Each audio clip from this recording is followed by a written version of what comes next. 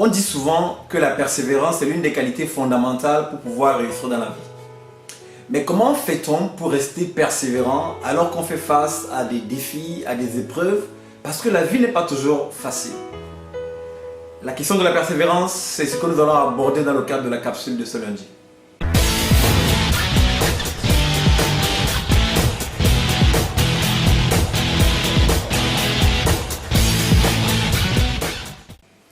Bonjour, ici Henri Bissola, développeur de potentiel. Je vous souhaite la bienvenue à la capsule de ce lundi et j'espère sincèrement que peu importe où vous me suivez, dans la francophonie et en dehors de la francophonie, j'espère que cette capsule vous retrouvera dans une forme magnifique.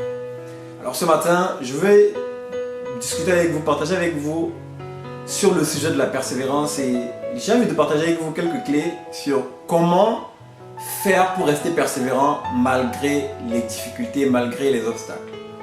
Alors, en me basant sur ma propre expérience, en me basant sur ce que j'ai pu apprendre dans le courant de ma petite existence sur Terre, je vais partager avec vous 3 clés qui, de mon point de vue, pourront vous aider à mieux être dans cette attitude en fait, de persévérance.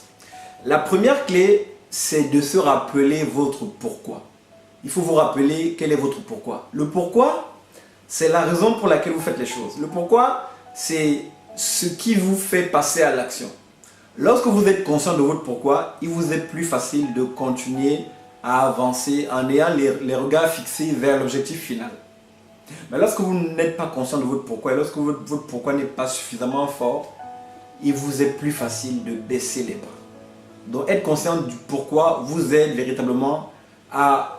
Même lorsque vous trébuchez, votre pourquoi vous aide en fait à vous relever et à continuer la marche et à continuer la course. Donc ça c'est le premier point que je voulais partager avec vous.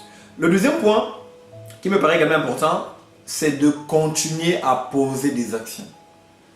Vous savez, je vais vous donner ici l'analogie d'une course. Imaginez une course de résistance, par exemple un semi-marathon ou un marathon.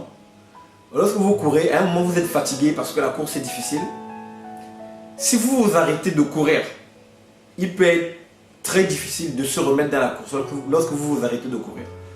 C'est pour ça qu'il est important en fait de continuer à poser des actions. Lorsque la vie vous donne des coups, lorsque vous êtes face à des défis, à des épreuves, il est important en fait de continuer à courir pour ne pas perdre le rythme. En fait, il est important de continuer à poser des actions. Lorsque vous continuez à poser des actions, vous êtes toujours dans le rythme. Alors que lorsque vous vous arrêtez, il peut être très difficile de vous remettre en fait dans l'action. Donc, même si le rythme baisse parce que vous avez pris des coups, parce que c'est difficile, la situation à laquelle vous faites face, continuez à poser des petites actions. Il vaut mieux continuer à rester dans le rythme avec des actions petites que de sortir en fait complètement de la course en ne posant plus d'actions du tout. Donc telle est la deuxième clé que je voulais partager avec vous. Et la troisième clé, c'est une clé vraiment, c'est quelque chose que j'ai expérimenté et qui est vraiment puissant, c'est d'avoir un partenaire de redevabilité. Je pense que j'ai déjà partagé sur le partenaire de redevabilité dans plusieurs capsules. C'est important d'avoir quelqu'un, d'avoir un binôme, d'avoir quelqu'un sur lequel en fait on peut s'appuyer, d'avoir quelqu'un avec lequel en fait on va se serrer les coudes pour pouvoir avancer. Quelqu'un qui va vous encourager, quelqu'un qui va vous challenger, quelqu'un que vous allez également challenger et encourager pour que vous puissiez en fait avancer tous ensemble. Le partenaire de redevabilité est important parce que il sait en fait les challenges auxquels vous faites face, il sait les défis que vous devez en fait relever. Et il est là pour vous encourager et vous faites en fait la même chose. Et le fait d'avoir un partenaire de redevabilité vous aide en fait parce qu'il y a un proverbe connu qui dit que 2 valent mieux qu'un. Tout seul en fait vous pouvez aller vite, mais à 2 vous pouvez aller plus loin. C'est pour ça qu'il est important d'avoir un partenaire de redevabilité. Donc pour récapituler, voilà les 3 clés que je voulais partager avec vous afin de vous aider en fait à rester persévérant malgré les obstacles. Première clé, souvenez-vous, rappelez-vous de votre pourquoi.